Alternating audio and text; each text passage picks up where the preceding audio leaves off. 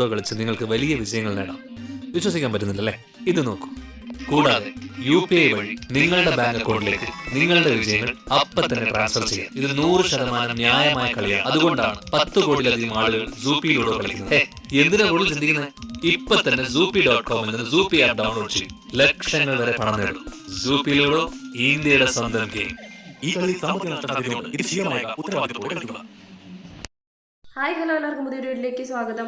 ഇദ്ദേഹത്തിനെ ധ്യാൻ ശ്രീനിവാസൻ എന്ന് വിളിക്കുന്നതിനേക്കാളും കൂടുതൽ എല്ലാവരും വിളിക്കുന്ന തഗ് വീരൻ എന്ന് തന്നെയാണ്.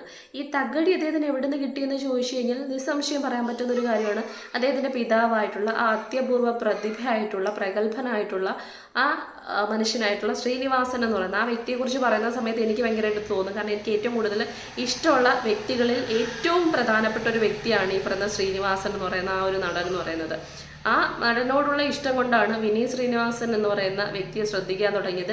ഈ ഒരു രണ്ടാമത്തെ മകനെയും ശ്രദ്ധിക്കാൻ തുടങ്ങിയെന്ന് പറയുന്നത് അതിൽ നിന്ന് മനസ്സിലാക്കാൻ പറ്റുന്ന കാര്യം, ശ്രീനിവാസൻ എന്ന് പറയുന്ന ആ മഹാനടൻ്റെ ആ രീതികൾ കിട്ടിയിരിക്കുന്നത്, അല്ലെങ്കിൽ രീതി മീൻസ് ആ തഗ്ഗടിയൊക്കെ കിട്ടിയിരിക്കുന്നത് ധ്യാൻ ശ്രീനിവാസനും വിനീത് ശ്രീനിവാസനും ഇട്ടിരിക്കുന്ന അമ്മയുടെ ശൈലിയാണെന്ന് പലപ്പോഴും തോന്നിയിട്ടുള്ളൊരു കാര്യം. കാരണം ഇൻ്റർവ്യൂസ്. ഇനി മറ്റൊരു കാര്യം എന്ന് പറയുന്നത്, ഈ ഓൺലൈൻ ചാനൽസുകൾക്ക് യൂട്യൂബിൽ ഏറ്റവും കൂടുതൽ റീച്ച് കിട്ടാനുള്ള കാരണക്കാരൻ കൂടിയാണ് ഇദ്ദേഹം എന്ന് പറയുന്നത്. ഇദ്ദേഹത്തിൻ്റെ ഒരു ഇൻ്റർവ്യൂ കിട്ടിക്കഴിഞ്ഞാൽ അവരുടെ ചാനൽ കയറിപ്പോയി എന്ന് തന്നെ പറയാൻ പറ്റും. അപ്പം ഇദ്ദേഹത്തിന് ഇഷ്ടപ്പെടുന്ന ചെറുതും വലുതുമായിട്ടുള്ള ഒരുപാട് ആൾക്കാരുണ്ടെന്നുള്ളത് ഏറ്റവും പ്രധാനപ്പെട്ട കാര്യമാണ്. അതുകൊണ്ടാണ് ഞാൻ ഈ ഒരു വീഡിയോ എടുത്തിട്ടേന്ന് പറയുന്നത്. കാരണം നിങ്ങളുടെ വിശ്വാസ്യത എന്ന് പറയുന്നത്, അതിനെയാണ് ഈ പറഞ്ഞ ഗെയിമിംഗ് ആപ്പുകൾ മുതലെടുക്കുന്നതെന്ന് പറയുന്നത്. നിങ്ങൾക്കൊരു തുക തരുന്നു, ആ തുക എന്ന് പറയുന്നത് നിങ്ങളുടെ വിശ്വാസ്യതയാണ്. ഈ ജനങ്ങൾക്ക് നിങ്ങളോടുള്ള വിശ്വാസ്യത. നിങ്ങൾ കാണുന്ന, ഞാൻ വലിയ ആൾക്കാരുടെ കാര്യമൊന്നും പറഞ്ഞില്ല, അവർക്ക് ചിന്തിച്ചാൽ മനസ്സിലാവും ഇതൊക്കെ തെറ്റായിട്ടുള്ള കാര്യമാണ്, അല്ലെങ്കിൽ ഇതൊക്കെ ചതിക്കുഴിയിൽ വീഴുന്നതാണ്. നമുക്ക് മുന്നിൽ ഒരുപാട് വാർത്തകളുണ്ട്. പക്ഷെ അതല്ല, കുഞ്ഞു കുട്ടികളുണ്ട്, സ്കൂൾ കുട്ടികളുണ്ട്, നിങ്ങളെ ഇഷ്ടപ്പെടുന്ന ഒരുപാട് ആൾക്കാർ. അത് ഞാൻ പറയേണ്ട, നിങ്ങൾക്ക് തന്നെ അറിയുന്ന ഒരു കാര്യമാണ്. അപ്പം സ്വാഭാവികമായിട്ടും ആദ്യം ഈ ഗെയിമിൻ്റെയൊക്കെ പ്രത്യേകത 10 രൂപ ഇടൂ, 20 രൂപ ഇടൂ, നിങ്ങൾക്ക് അങ്ങോട്ട് 10 രൂപ തരും എന്നുള്ള രീതിക്കൊക്കെ ഗെയിം തുടങ്ങുന്നു. ആദ്യം 200, 100 ഇങ്ങോട്ട് കിട്ടി തുടങ്ങും. അതിൽ വിശ്വാസ്യത ഉണ്ടാവും. ആ വിശ്വാസ്യതയെ തുടർന്ന് കൂടുതലായിട്ട് അമ്മയുടെ നടിച്ചു മാറ്റും, അച്ഛൻ്റെ നടിച്ചു മാറ്റും, അടിയാവും, വഴക്കാവും. അച്ഛൻ്റെ ATM കട്ടെടുത്ത് ഓൺലൈൻ ഗെയിം നടത്തി അതിൽ നിന്ന് പൈസ മൊത്തം പോയി അവസാനം തൂങ്ങി മരിച്ച കുഞ്ഞിൻ്റെ വാർത്തകൾ എടുത്ത് നോക്കി കഴിഞ്ഞു കഴിഞ്ഞാൽ കാണാൻ പറ്റും. 10ലും പ്ലസ് 1ലും പ്ലസ് 2ലും പഠിച്ചുള്ള കുട്ടികളുടെ ഒരുപാട് വാർത്തകൾ കാണാൻ പറ്റും, വലിയവരടക്കമുള്ളത്. അപ്പം ഇത്തരത്തിൽ തെറ്റായിട്ടുള്ള സന്ദേശങ്ങൾ അപ്പം വേണമെങ്കിൽ എൻ്റെ അടുത്ത് ചോദിക്കാം, ഇതുപോലുള്ള ഗെയിം എടുത്ത് പ്രൊമോട്ട് ചെയ്യുന്നത് ധ്യാൻ ശ്രീനിവാസൻ മാത്രമാണോ, നീ വേറെ ആരും ഇതുവരെ കണ്ടില്ലേന്ന്? ഞാൻ വേറെ ആരെയും കാണേണ്ട കാര്യമില്ല. കാരണം ഞാൻ പറഞ്ഞു, ഇത് ഞാനെടുത്ത് പറയാനുള്ള കാരണം, ഇത് ഭയങ്കര എന്താ പറയുക, നെഗറ്റീവ് ഭയങ്കര സംഭവമായിട്ട് സ്പ്രെഡ് ചെയ്യാൻ വേണ്ടിയിട്ടോ, അല്ലെങ്കിൽ അദ്ദേഹത്തിനോട് എന്തെങ്കിലും വൈരാഗ്യം ഉള്ളതുകൊണ്ടോ വിരോധം ഉള്ളതുകൊണ്ടോ അല്ല. മറിച്ച് എനിക്ക് ശ്രീനിവാസൻ എന്ന് പറയുന്ന ആ മനുഷ്യന് ഒരുപാട് ഇഷ്ടമുള്ളത് കൊണ്ട്, ആ ഇഷ്ടം ഈ 2 മക്കളോടും തോന്നിയത് കൊണ്ടുമാണ് ഞാൻ ഈ ഒരു വീഡിയോ ചെയ്യുന്നതെന്ന് പറയുന്നത്. കാരണം ഇത് തെറ്റായിട്ടുള്ളൊരു രീതിയാണ്. നമ്മൾ ഇദ്ദേഹത്തിൻ്റെ വീഡിയോസ് കാണുന്ന സമയത്ത് എനിക്ക് പലപ്പോഴും തോന്നിയിട്ടുള്ള കാര്യം, എന്ത് കാര്യമായാലും അത് തുറന്നടിച്ച് പറയാനുള്ളൊരു രീതി അദ്ദേഹം കാണിക്കുന്നുണ്ട്. അപ്പം അങ്ങനെ ചിന്തിക്കാനൊക്കെ കഴിവുള്ള ഒരു വ്യക്തി. അതിലപ്പുറത്തേക്ക് ഇദ്ദേഹത്തിൻ്റെ ചെറിയ കാലത്തെക്കുറിച്ച്, മീൻസ് ഈ പറയുന്ന ടീനേജ് പോലുള്ള കാലത്ത്, അല്ലെങ്കിൽ ഈ പറയുന്ന അതിന് ശേഷമുള്ള കോളേജ് കാലഘട്ടത്തെക്കുറിച്ചാണ് ഇദ്ദേഹം പലപ്പോഴും വീഡിയോയിലൂടെ മനസ്സിലാക്കാൻ പറ്റും. അച്ഛനും അമ്മയും വിഷമിപ്പിച്ചത്, അല്ലെങ്കിൽ ഈ പറയുന്ന കണക്ക് ഒരു പ്രതീക്ഷയില്ലാത്ത രീതിക്ക് അദ്ദേഹം തമാശ രീതിക്ക് പറയുന്നെങ്കിലും അത് വിഷമം തന്നെയാണ് ശരിക്കും പറഞ്ഞു കഴിഞ്ഞാൽ.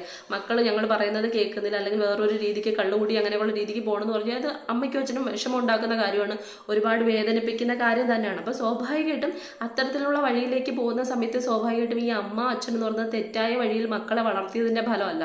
നല്ല രീതിക്ക് വളർത്തി കഴിഞ്ഞാൽ ചിലപ്പോൾ കൂട്ടുകെട്ടുകളോ അല്ലെങ്കിൽ സ്വന്തം ചിന്തകളോ കൊണ്ട് നശിക്കാൻ മുതിരുന്ന ആൾക്കാരും ഉണ്ടെന്നുള്ള കാര്യം നമുക്ക് മനസ്സിലാക്കാൻ പറ്റുന്ന ഒരു കാര്യമാണ്. അപ്പം അങ്ങനെയൊക്കെ അനുഭവമുള്ള ഒരു വ്യക്തി ഇത്തരത്തിലുള്ള ഒരു ഗെയിമിംഗ് ആപ്പിനെയൊക്കെ പ്രൊമോട്ട് ചെയ്യുന്ന സമയത്ത് സ്വാഭാവികമായിട്ടും ഇതിനകത്ത് കുഞ്ഞു കുട്ടികൾ വീഴാനുള്ള, നിങ്ങളെ ഇഷ്ടപ്പെടുന്നതിൽ ഭൂരിഭാഗവും സ്കൂൾ കുട്ടികളുണ്ട്. അപ്പം അത് ഞാൻ കുട്ടികളെ പഠിപ്പിക്കുന്നത് കൊണ്ട് എനിക്കും അറിയുന്നൊരു കാര്യമാണ്. നിങ്ങളെപ്പോലുള്ളവരെയാണ് അവർക്ക് ഏറ്റവും കൂടുതൽ ഇഷ്ടം എന്ന് പറയുന്നത്.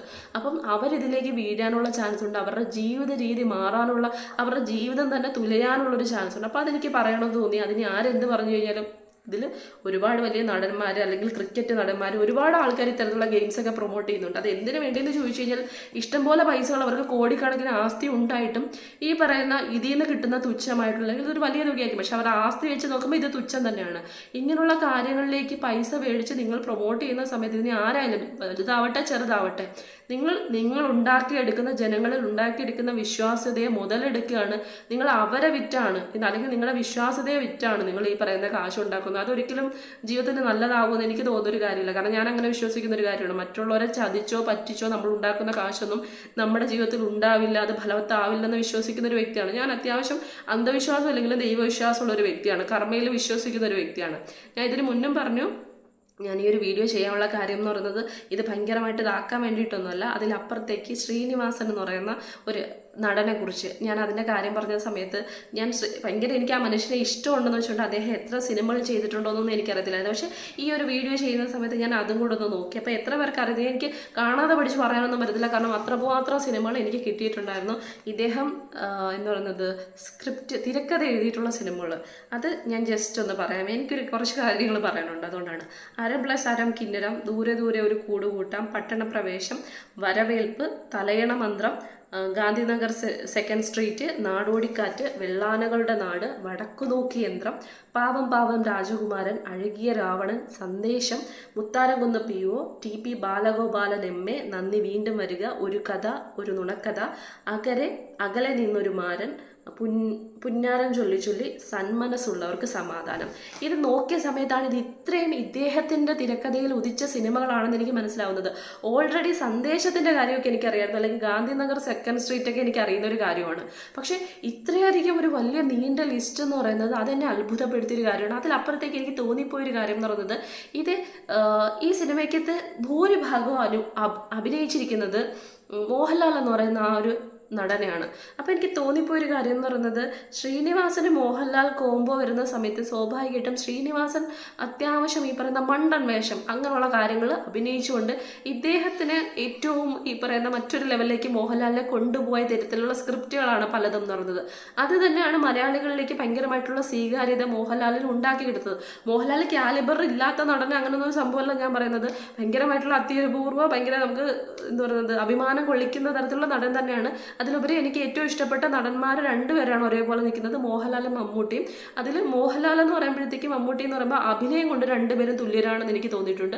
അഭിനയം എന്നൊരു സംഭവമുണ്ട്, അതിലപ്പുറത്തേക്ക് അഭിനയത്തിലെ പല മേഖലകളുണ്ട്. ആ മേഖലകളെ ഫുൾ എടുത്തു കഴിഞ്ഞാൽ അതിൽ മോഹൻലാൽ ഒരു പടി മുന്നിൽ നിൽക്കുമെന്ന് എനിക്ക് തോന്നിയിട്ടുണ്ട്. കാരണം ഡാൻസ് എന്ന് പറയുന്ന ഒരു സംഭവം, പാട്ട്, ലിപ്പ് മൂവ്മെൻറ്റ് എന്ത് തന്നെ ആവട്ടെ അത് കുറച്ചും കൂടി ഇദ്ദേഹത്തിന് ചെയ്യാൻ കഴിയുന്നുണ്ട്. അപ്പോൾ ഏത് മേഖലയിൽ തൊട്ട് കഴിഞ്ഞാലും അദ്ദേഹത്തിൻ്റെ ശരീരം മൊത്തം അഭിനയിക്കുന്നതായിട്ട് തോന്നും. അതേസമയം മമ്മൂട്ടിയിലേക്ക് പോകുന്ന സമയത്ത് അദ്ദേഹം വല്ലാത്തൊരു ആക്ടറാണ്, ഭയങ്കര ആക്ടറാണ്. പക്ഷേ അദ്ദേഹത്തിൻ്റെ ഡാൻസോ അതൊന്നും ഈ പാട്ട് പാടുന്ന സമയത്ത് പോലും എനിക്ക് മോഹൻലാലിൻ്റെ അത്രയും പെർഫെക്ഷൻ തോന്നിയിട്ടില്ല. തുറന്നു പറയുന്നത് മമ്മൂട്ടി എന്ന് പറയുന്ന നടനെ താറടിച്ച് കാണിക്കലൊന്നുമല്ല, ഞാൻ പറഞ്ഞു എൻ്റെ പേഴ്സണൽ ചോയ്സിൽ രണ്ടുപേരാണ് ഇതെന്ന് പറയുന്നത് ഏറ്റവും പ്രധാനപ്പെട്ട. പക്ഷെ പറയുമ്പോൾ പറയുന്ന രീതിക്ക് പറയണമല്ലോ.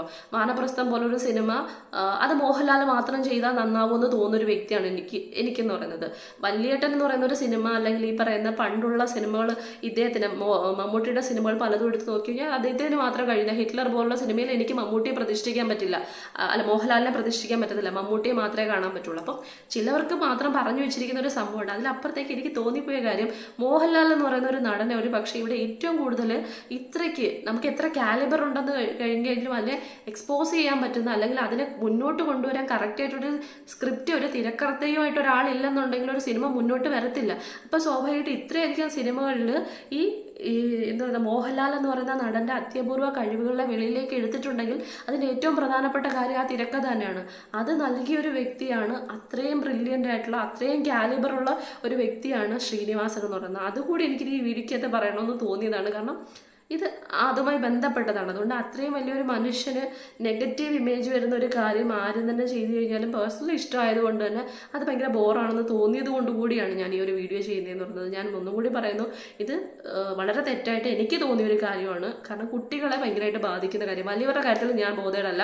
കാരണം വലിയവർക്ക് ബോധം വേണം, ചിന്ത വേണം, കാര്യങ്ങൾ വേണം, അവർക്ക് തന്നെ മനസ്സിലാവുന്ന കാര്യമാണ് ഇത് തെറ്റാണെന്നുള്ള കാര്യം, ഇതൊന്നും ശരിയല്ല എന്നുള്ള കാര്യം. പക്ഷേ കുഞ്ഞു കുട്ടികൾ അവർ ഭയങ്കരമായിട്ട് ചതിക്കുഴിയിൽ വീഴാനുള്ള ചാൻസ് ഉണ്ട്, അവരുടെ ജീവിതം നഷ്ടപ്പെടാനുള്ള ചാൻസ് ഉണ്ട്. അപ്പം അത് തെറ്റാണെന്ന് സ്വാഭാവികമായിട്ടും എനിക്ക് തോന്നിയൊരു കാര്യമാണ്. പ്രത്യേകിച്ച് അതൊരു ടീച്ചറും കൂടെ ആയതുകൊണ്ട് എനിക്ക് തോന്നിയ കാര്യമാണ്. അതുകൊണ്ട് ഞാൻ പറഞ്ഞ കാര്യം.